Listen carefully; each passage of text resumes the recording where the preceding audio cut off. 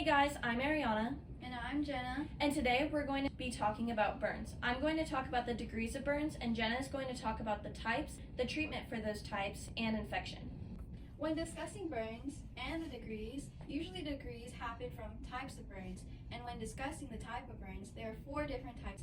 There are thermal burns, critical burns, chemical burns, and electrical burns. When talking about thermal burns, skin injuries are usually caused by excessive heat, typically from contact with hot surfaces, hot liquids, and hot objects. Next are critical burns. These ones are usually 2nd degree and above, and usually need to seek immediate medical attention. Next are chemical burns. This is when your skin tissue has been burned through by a really strong acid or chemical substance. Things such as paint cleaner and cleaning supplies count as chemicals. That's why when cleaning toilets, you should wear gloves. Next are electrical burns. These ones are when high energy currents travel within the body and can end up electrocuting you and burning pretty much about every part of your body, and sometimes can lead to death. This is why when tipping off a breaker, you should make sure it's not in the middle, but either on or off. There are 4 different degrees of burns. First being the least severe, and 4th being the most severe. A 1st degree burn can be something like a sunburn that you could get from a construction site, right? 1st degree burns only affect the top layer of the skin, also known as the epidermis. It may appear red, dry, and cracked, and some causes of a 1st degree burn can be opening a pot of boiling water splashing on your skin, or the steam from a boiling pot of water burning your skin. 2nd degree burns are a little more severe than 1st degree. They could also be something like a sunburn. 2nd degree burns often have blisters, and so that's why it could be a sunburn, just a more severe one. It affects both the 1st and 2nd layers of the skin. The 2nd degree burn often looks wet and moist, and the skin can swell, but also the skin can be thicker. 3rd degree burns are more severe than 1st and 2nd degree. 1st degree affects the top layer of the skin.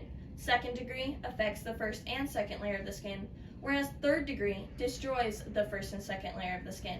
The skin can often look white or charred, and there sometimes is no feeling of the area because of how severe it is. It affects muscles, tendons, and nerve endings, and that's why there's no feeling of the area because the nerves are destroyed.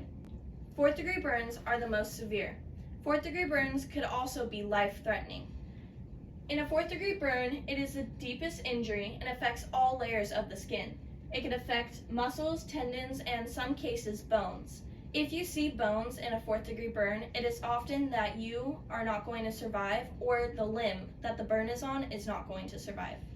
Now, Jenna will talk to you about infection and how bad it is when it comes to burns. Now I'm going to talk about infections and treatments. Though people die from burns because burns are a very serious topic and should not be treated lightly, you should get immediate medical attention, and that's why people get infections. Sepsis and shock are infections. Though shock is not really an infection, it does lead to death. And so does sepsis. Sepsis can also lead to septic shock. When you get sepsis, the first thing that happens is when a bacteria gets in your blood flow and it starts to damage your organs, preventing them to work properly. Then it progresses to septic shock. In septic shock, it affects your liver, lungs, and kidney. And when that happens, your whole entire body starts to slowly decompose and stop working, which also eliminates the bacteria fighting process in your body. Now I'm going to be going over treatments. There's treatment for thermal burns, critical burns, chemical burns, and electrical burns. Thermal burns require that you take off any excess fabric or jewelry around the burned area. After taking off the clothing, you're going to rinse the burn in cool water for 20 minutes. After that, depending on how severe it is, you're going to want to call 911.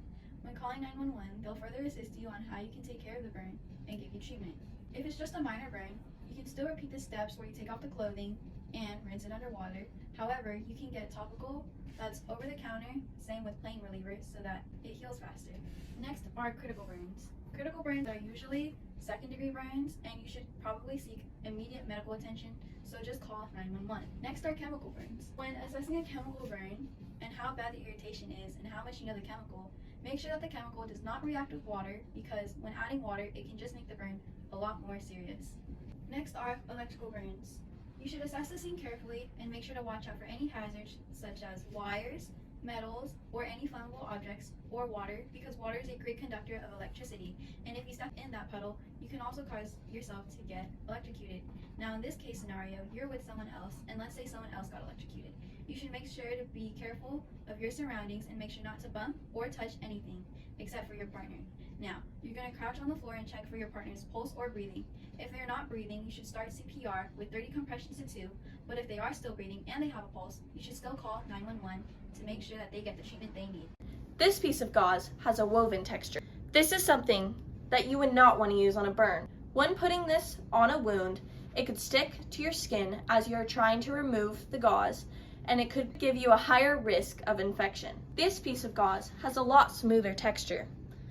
This is something that you would want to use on a burn. Say I have a burn here on her forearm. I'm going to place the gauze on the burn and take tape and put it on the 4 corners of the piece of gauze so that it sticks. It is best to use medical tape, but if you don't have medical tape, you could always wrap the burn, and I will demonstrate that in a minute. A reason you would want to use this piece of gauze is because when removing it, it will not stick to the burn.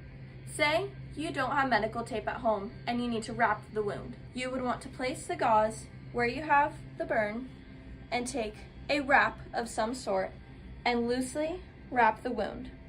You do not want the wrap to be tight, as it will not give the burn room to breathe. Once you get to the end of the wrap, you would just tuck in the end piece to any part of where you wrapped the burn, like this.